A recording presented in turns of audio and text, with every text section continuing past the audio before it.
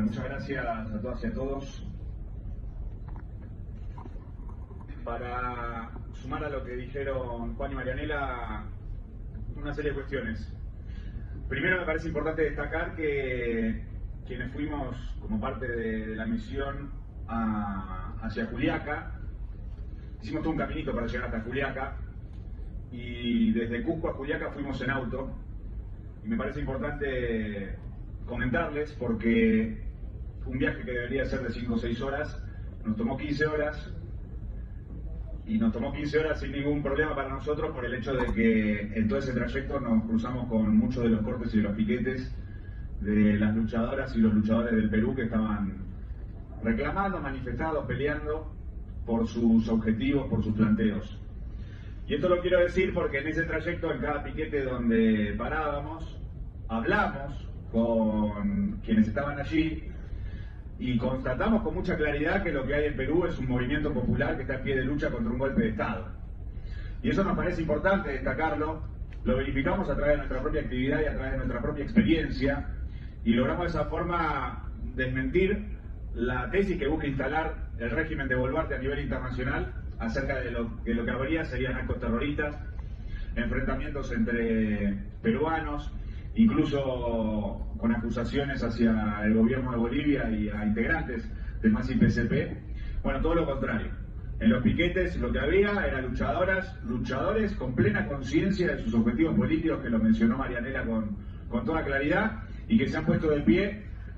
mostrando lo que es un verdadero ejemplo de cómo enfrentar un golpe de Estado y de cómo defender el voto popular a través de la lucha, a través de la movilización. Entonces eso nos parece importante señalarlo con total claridad. Fuimos abrazados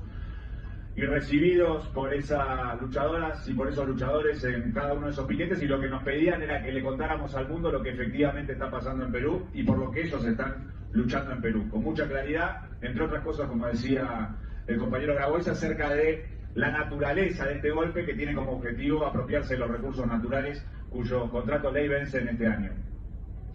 Después, en segundo lugar, profundizando lo que decía Marianela, llegamos a Juliaca, nos instalamos en la parroquia, y allí recibimos a muchas vecinas y vecinos de Juliaca que vinieron a darnos sus testimonios, a quienes entrevistamos, entre ellos a 15 de las 18 familias de los asesinados. Los testimonios de las 15 familias fueron muy contundentes. Quienes estuvimos ahí nos reunimos y entrevistamos a distintos familiares y nos contaron cosas que nosotros tenemos que contar a nivel internacional, porque fue parte de lo que nos pidieron. Situaciones como, por ejemplo, el asesinato de un vecino de Juliaca con 78 perdigonazos en la espalda, así lo mataron. La mamá de Cristian Elliot, que nos mostraba en su celular el video de su hijo tirado en el piso con una bala de plomo en el cuello. El papá de Yamilet Aroquipa, que nos decía que él estaba caminando con su hija de 17 años ella, y que de repente la ve caerse al piso por un disparo en el estómago. Testimonios como esos muchos recibimos, y todos fueron unánimes en decirnos que vieron que era la Policía Nacional del Perú la que estaba disparando a matar al cuerpo y a la cabeza con balas de plomo y con armas de guerra.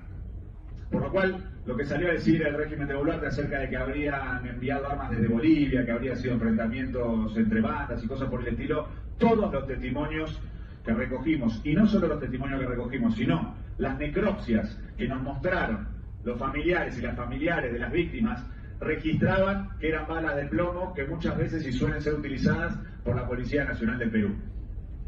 Por lo cual, eso es lo primero que tenemos que dejar en claro de forma muy nítida, y que acá hubo un régimen, un Estado que decidió enviar a la Policía Nacional del Perú a perpetrar una masacre contra el pueblo de Juliaca. Por eso decimos en el informe que pudimos constatar que el Estado peruano, bajo la conducción de Boluarte y de las Fuerzas Armadas y de la Policía Nacional del Perú, ha incurrido en delitos de lesa humanidad.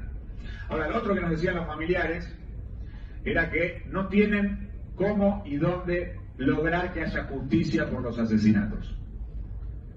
Algunos de ellos hicieron las denuncias y las denuncias no progresaron, y otros ni siquiera se atrevieron a denunciar porque tenían miedo de que por denunciar los persiguieran y sufrir represalias.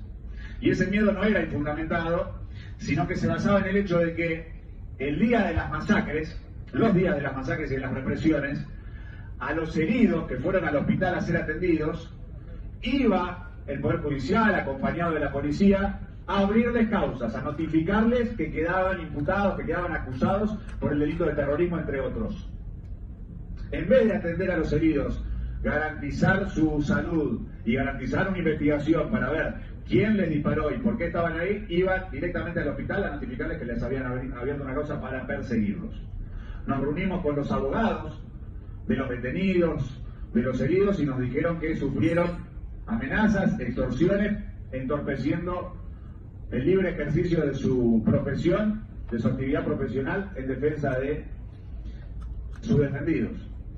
Y no solamente eso, sino que los abogados nos explicaron algo que pasó, que afectó a Juliaca y en general a todo el pueblo de Perú, que es la decisión del régimen de Boluarte de desarticular las fiscalías especializadas en derechos humanos, que son las que deberían estar interviniendo en este tipo de situaciones, y de colocar a las fiscalías especializadas en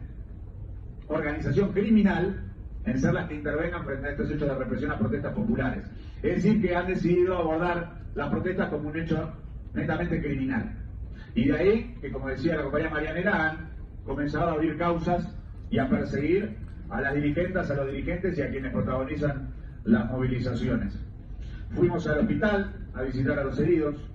Uno de los heridos había perdido la mano porque le tiraron un artefacto explosivo que le explotó en la mano y cuyas esquirlas le llegaron por todo este lado, e incluso a correr el riesgo de perder la audición en uno de sus oídos.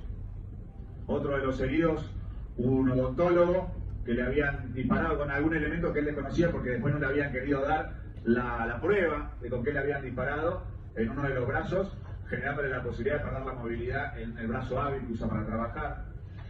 Los heridos también nos pidieron que hiciéramos la denuncia, porque además nos dijeron que ellos estaban a varias cuadras, estos heridos en particular que visitamos, estaban a varias cuadras del aeropuerto cuando se cumplió un mes de la masacre, y a un mes de la masacre hubo un acto de conmemoración por los asesinatos, de reclamo de justicia, que también fue reprimido y que salieron a reprimir varias cuadras alrededor del aeropuerto, y por eso gente que ni siquiera estaba en la manifestación fue reprimida y sufrió disparos. Eso también pasó el día de la masacre. Eso también pasó el día de la masacre, en Juliaca. Entonces, dada esta situación de falta de acceso a la justicia del pueblo peruano al interior de Perú, lo que nos pedían los familiares, los heridos, quienes sufrieron la represión, es que hagamos la denuncia a nivel internacional. Porque hoy los tribunales del propio Estado peruano no dan respuesta para enjuiciar a los responsables de la represión. Y por eso, tan importante es la presentación de este informe, y tan importante es, por lo tanto, la elaboración de las denuncias ante los organismos internacionales, para que esos organismos internacionales y todos los países que los integran, y los congresos y parlamentos alrededor del mundo, es decir, todos los organismos políticos, jurídicos que existen a nivel internacional, se pronuncien. Que esta campaña internacional tiene que continuar, debe continuar, que lo que hicimos cuando fuimos a Perú fue importante, que en la manifestación donde nos hicimos presentes, como decía el compañero Graboy, nos pedían que nos quedáramos porque era la primera vez que no lo gaseaban gracias a que estábamos nosotros, que después de que fuimos y que también fue Amnistía Internacional, efectivamente se redujo el volumen de la represión contra las manifestaciones, lo cual nos parece también importante señalar, porque una de las cosas que charlamos fue empezar a hablar con diputadas, diputados, con organismos de derechos humanos, abogados y abogados de otros países, para que lo que hicimos continúe y que vayan de otros países también a visitar a Perú, a recorrer Perú, a entrevistarse con los afectados por la represión y a continuar esta campaña internacional. Entonces, solicitarles a todas y a todos quienes se han hecho presentes en esta conferencia a que difundamos el informe definitivo que va a estar colgado en breve en todas las redes sociales de la misión, y continuamos esta lucha política y jurídica en defensa del pueblo peruano.